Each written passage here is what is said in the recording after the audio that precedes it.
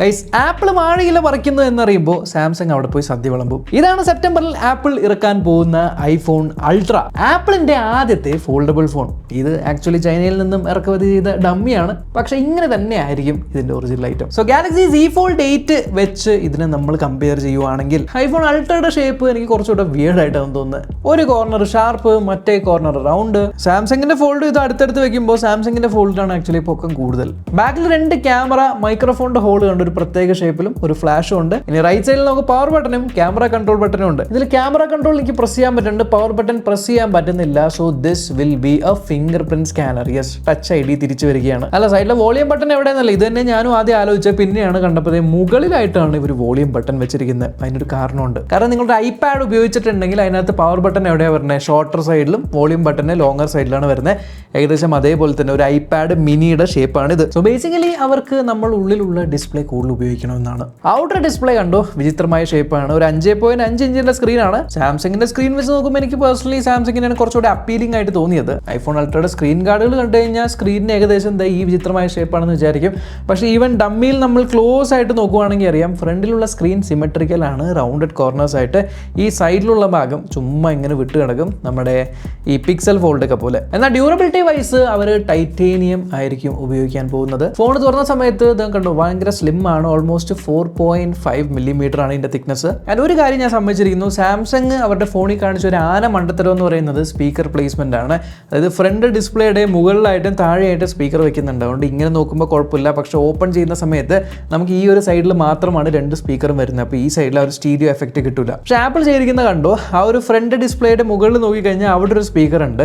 താഴെ charging port ഫസ്റ്റും പിന്നത്തെ പാനലിലാണ് അടുത്ത സ്പീക്കറും വന്നിരിക്കുന്നത്. സാംസങ്ങിന്റെ ആദ്യ സ്പീക്കറും പിന്നെ ചാർജിംഗ് പോർട്ടും വന്നേക്കുന്നത്. അപ്പോൾ ഇതിന്റെ ഗുണം എന്താണെന്ന് വെച്ചാൽ, നമ്മൾ ഫോൺ ഓപ്പൺ ചെയ്യുന്ന സമയത്ത് ഒരു സ്പീക്കർ ലെഫ്റ്റിലേക്കും മറ്റേ സ്പീക്കർ റൈറ്റിലേക്കും പോകും. വിച്ച് മീൻസ് നമുക്ക് ആ ഒരു സ്റ്റീരിയോ എഫക്റ്റ് തുറന്ന് ഉപയോഗിക്കുമ്പോഴും കിട്ടും. Good job. ഇനി ഉള്ളിലുള്ള ഡിസ്പ്ലേ ഒരു 7.8 ഇഞ്ചിന്റെ ഡിസ്പ്ലേ ആണ്. സാംസങ്ങിൽ ക്രീസ് കാണാതിരിക്കാൻ വേണ്ടി ഡിസ്പ്ലേയുടെ പുറകിൽ ഒരു ടൈറ്റേനിയത്തിന്റെ ലെയർ വെച്ചു. അതാവുമ്പോൾ ഇങ്ങനെ തുറക്കുന്ന സമയത്ത് ആ ടൈറ്റേനിയം ഡിസ്പ്ലേനെ പിടിച്ച് ഇങ്ങനെ നിരത്തുമല്ലോ. ആപ്പിൾ അതല്ല ചെയ്തേക്കുന്നത്. ആപ്പിൾ ലിക്വിഡ് ഹിഞ്ചാണ്, ലിക്വിഡ് മെറ്റൽ ഹിഞ്ചാണ് ഉപയോഗിച്ചേക്കുന്നതെന്ന്. അപ്പോൾ ലിക്വിഡ് മെറ്റൽ ഹിഞ്ചിന്റെ ഉദ്ദേശം എന്താണെന്ന് വെച്ചാൽ, ഇതൊരു സെൽഫ് ഹീലിംഗ് പ്രോപ്പർട്ടിയൊക്കെ ഉള്ളതെന്ന് വേണമെങ്കിൽ പറയാം. തുറന്നു കഴിഞ്ഞാൽ ഓട്ടോമാറ്റിക് ആയിട്ട് ആ ഒരു മോളിക്യൂൾസ് ഒക്കെ റീഅറേഞ്ച് ചെയ്ത് ഫ്ലാറ്റ് ആയിട്ടുള്ള ഡിസ്പ്ലേ ആയിട്ട് കൊണ്ടുവരുന്നത്. അതുകൊണ്ട് ക്രീസ് തീരെ ഉണ്ടാവില്ല എന്നാണ് പറയപ്പെടുന്നത്. എന്തായാലും പുറത്തുള്ള ഡിസ്പ്ലേയിൽ ഒരു പഞ്ച് ഹോൾ ക്യാമറ കാണാം, അകത്തുള്ള ഡിസ്പ്ലേയിൽ ഒരു പഞ്ച് ഹോൾ ക്യാമറ കാണാം.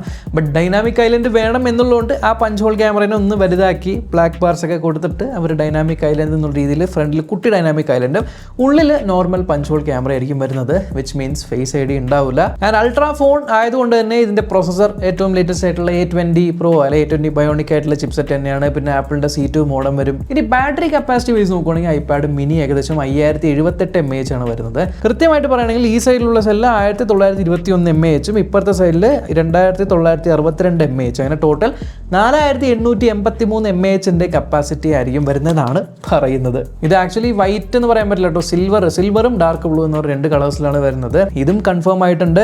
നമുക്ക് അതിന്റെ ക്യാമറ ഡെക്കോ അല്ലെങ്കിൽ ക്യാമറയുടെ മുകളിൽ ഒട്ടിക്കാൻ പറ്റുന്ന ഒരു സ്ക്രീൻ പ്രൊട്ടക്ടർ സാധനങ്ങളൊക്കെ വന്നിട്ടുണ്ട്. ആൻഡ് ഒബ്വിയസ്ലി ഷേപ്പ് കൺഫേം ചെയ്യാനായിട്ട് ഒരുപാട് കേസുകൾ ഓൾറെഡി വന്നു കഴിഞ്ഞു. ഇനി ബാക്കിലുള്ള ക്യാമറ നോക്കുവാണെങ്കിൽ 2 48 മെഗാ പിക്സലിന്റെ ക്യാമറ ആയിരിക്കും. ഒരു പ്രൈമറി ക്യാമറയും അതേപോലെ അൾട്രാ വൈഡ് ക്യാമറയും. യെസ്, ഐഫോൺ 17 കണ്ട അതേ ക്യാമറ സെറ്റപ്പ് തന്നെ. ഇത് ഐഫോൺ 17, ഇത് ഐഫോൺ അൾട്ര. പക്ഷേ സാംസങ് ഫോൾഡ് വെച്ച് നോക്കുമ്പോൾ ആപ്പിളിനുള്ള ഏറ്റവും വലിയ അഡ്വാൻറ്റേജ് എന്ന് അറിയോ, ഐപാഡ് ഓൾറെഡി പല ഐഫോൺ ആപ്സും സപ്പോർട്ട് ചെയ്യുന്നുണ്ട്. അതുകൊണ്ട് തന്നെ ആപ്ലിക്കേഷൻ ഡെവലപ്പേഴ്സ് പണ്ട് തൊട്ട് തന്നെ ഐപാഡ് മിനിയുടെ സൈസിലേക്ക് വേണ്ടി ഓട്ടോമാറ്റിക്കായിട്ട് അഡ്ജസ്റ്റ് ചെയ്യുന്ന രീതിയിൽ പല ആപ്ലിക്കേഷൻസും മാറ്റിയിട്ടുള്ളതുകൊണ്ട് നിങ്ങൾ മെയിൻ സ്ക്രീനിൽ ഒരു ആപ്ലിക്കേഷൻ ഉപയോഗിച്ച് അതിങ്ങനെ തുറന്ന് അകത്ത ഡിസ്പ്ലേയിൽ ഉപയോഗിക്കുന്ന സമയത്ത് സ്കെയിലിംഗ് ഇഷ്യൂ വരില്ല. Z Fold 8 ഒരുപാട് ആപ്ലിക്കേഷൻ ഇപ്പോഴും അപ്ഡേറ്റ് ആവാനുണ്ട് ഈ പുതിയ റെസൊല്യൂഷനിലേക്ക്. അപ്പോൾ ആ ഒരു ആപ്പ് സപ്പോർട്ടിൻ്റെ ഒരു വലിയ അഡ്വാൻറ്റേജ് ആപ്പിളിന് കിട്ടും. എന്നാൽ ഒരു പ്രശ്നം എന്താ വെച്ചാൽ, ആൻഡ്രോയിഡുകളിൽ പണ്ട് തൊട്ട് തന്നെ 2 ആപ്ലിക്കേഷൻ ഒരേ സ്ക്രീനിൽ സ്പ്ലിറ്റ് സ്ക്രീൻ ആയിട്ട് ഉപയോഗിക്കാൻ പറ്റും. പക്ഷേ ഐഫോണിൽ അത് പറ്റില്ല, ഐപാഡ് OSൽ മാത്രമേ പറ്റുള്ളൂ. സോ ഐ തിങ്ക് ഇതിനകത്ത് ഓടാൻ പോകുന്ന iOS 27 എന്ന് പറയുന്നത് വേറെ സ്പെഷ്യൽ വെർഷൻ ആയിരിക്കാം. iOS 27 ഫോർ ഐഫോൺ ഫോൾഡ് എന്നുള്ള രീതിയിൽ നിങ്ങൾക്ക് സ്പ്ലിറ്റ് സ്ക്രീൻ ഉപയോഗിക്കാൻ പറ്റുന്ന രീതിക്കുള്ളൊരു iOS 27 ആയിരിക്കും. എന്നാൽ Z Fold 7ഉം ഐഫോൺ ഇങ്ങനെ നമ്മൾ ടേബിളിൽ വെക്കുന്ന സമയത്ത് Z Fold 7 നല്ലപോലെ വോബിൾ ചെയ്യും. പക്ഷേ ഐഫോൺ അങ്ങനെ വോബിൾ ചെയ്യുന്നില്ല.